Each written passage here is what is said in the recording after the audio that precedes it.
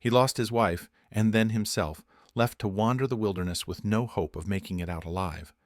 But when a full-grown bear stepped out of the mist, and her injured cub stood between them, it felt like the end had come. Turns out nature had its own plan, and fear speaks a language deeper than words. But just wait until you hear how this story turns, and why, in the end, something wild delivered justice. Jack Manning had never been one for the wilderness. At 34, he'd built his life in Denver between spreadsheets, office chairs, and the comfort of coffee breaks. His friends used to joke, "The only camping Jack does is room service at a resort." And they weren't wrong. Nature, to him, had always been something you watched on a screen, edited, narrated, and safely far away. But after Emily died, everything shifted. He wasn't trying to find himself.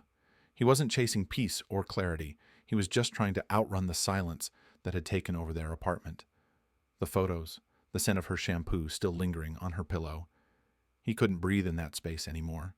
So one morning, with barely a plan and even less experience, he threw a borrowed backpack into the trunk, drove west, and decided to disappear for a while into the Colorado wilderness. It was supposed to be a 3-day hike. By the third day, the trail was gone. Literally, washed out by weather or overgrown by time. His GPS froze and then died. The cell signal vanished. By day 4, his water was gone and his voice cracked from shouting into nothing. The nights dropped below freezing. Each breath came out in clouds, and each rustle in the dark felt like a countdown. He tried to stay calm, tried to stay logical, but panic doesn't knock. It kicks the door in. By the time the sun dipped behind the trees again, Jack wasn't walking. He was stumbling, disoriented. His hands scraped, his lips cracked, his thoughts unraveling with each passing hour. He didn't know where north was anymore. He didn't even know where he was. Only the vast, crushing silence of the forest answered back.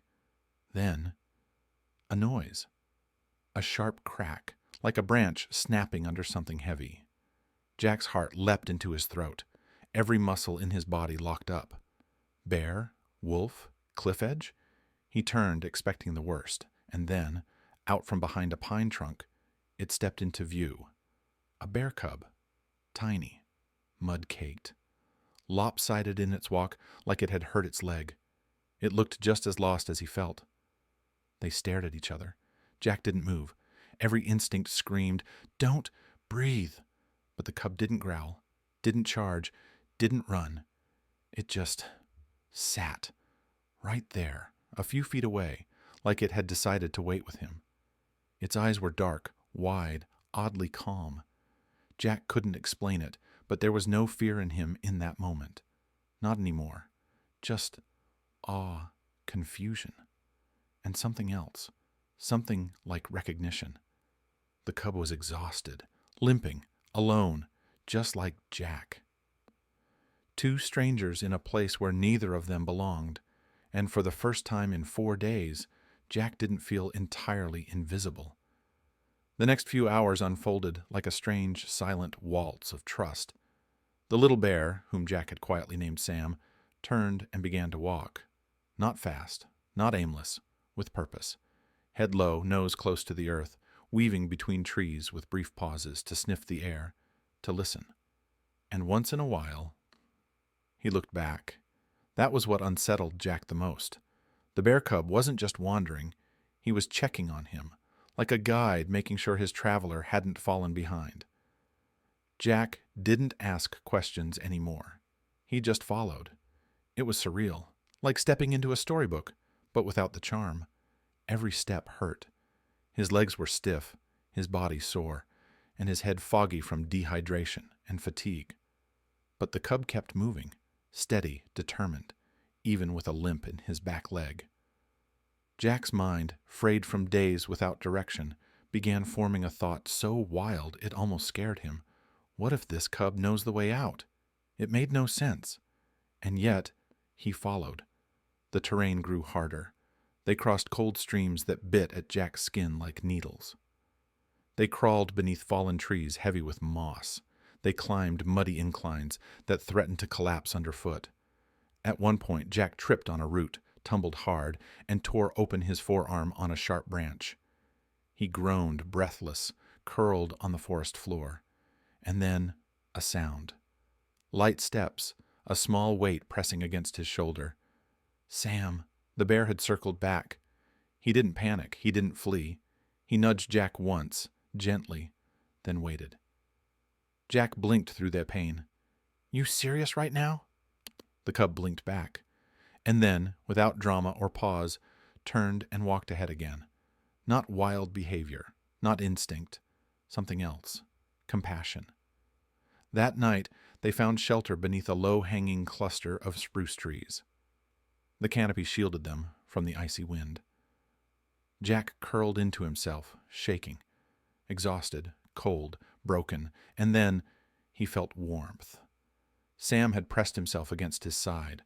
Fur, breath, a heartbeat that didn't belong to him, but somehow made him feel less alone, like he was part of something, even out here. Jack didn't cry from fear that night. He cried from connection, from the absurd, beautiful truth that the only soul keeping him warm in the wilderness was one with claws and a limp. But at dawn, something changed. The forest felt different, denser, still. Sam moved slower, more cautious. His confidence wavered. He paused more often, sniffed longer. Jack felt it too, a tension in the air, like the woods were holding their breath. And then Sam stopped. He didn't look back this time. He froze and let out a sound Jack hadn't heard before, a long, guttural, echoing cry, a cry that tore through the quiet like thunder. That's when she appeared. Through the mist, massive and silent, she stepped into view. The mother bear, not angry, not charging, just enormous, a living wall of muscle and fur and instinct. Jack didn't move. He didn't even blink. This was it. The one moment nature stopped pretending to be his friend. The cub, Sam, turned to her, whimpered softly, and stayed between them. And Jack realized what felt like salvation might have just become the most dangerous turn yet. She walked toward him, step by step, slow, intentional. Every footfall sent a tremor through the ground. Jack could feel it in his legs. The air felt heavier with each breath she took, deep, low, and powerful. Her eyes didn't rage. They watched, measured, ancient. Sam moved first. He stepped between them, small, trembling, but firm. Then a sound, soft, drawn out, mournful. A cry, not of fear, not of threat, but of something deeper. A plea, a memory, a call only a mother could understand. And she stopped, still as stone. The silence that followed felt louder than her steps. The forest held its breath. Then Sam approached her, carefully, slowly. He pressed his face into her front paw. She lowered her head. He leaned into her, then turned, toward Jack. He looked at the man, then back at the forest, then at Jack again. It wasn't a command. It wasn't a warning. It was an invitation. Keep going. Jack turned, and that's when he saw it. Smoke, rising behind a hill, straight and steady, a column against the gray sky. A campfire? He didn't question it. He moved. His legs were jelly. His head spun. Each step was a test of will. But he walked. Because now he had direction. He had something to walk toward. The bear watched, but didn't follow, didn't stop him. Sam trotted beside him for a moment longer, just long enough. Just until the ridge came into view. And then Jack saw it. Tents, people, movement, a ranger's orange vest. He stumbled forward. Someone saw him. They yelled. They ran toward him. Safe. He collapsed into the arms of strangers who would become lifelines. When Jack turned back toward the woods, there was nothing. No cub, no mother, only trees. As if they'd never been there. But they had. An hour later, he was in a helicopter. A day later, in a hospital. A week later, reporters wanted to know what happened. He told the truth, or at least the part they'd believe. But deep inside, where no microphone could reach, Jack carried something else. He had been saved, not by luck or skill, but by a creature born in a world that owed him nothing.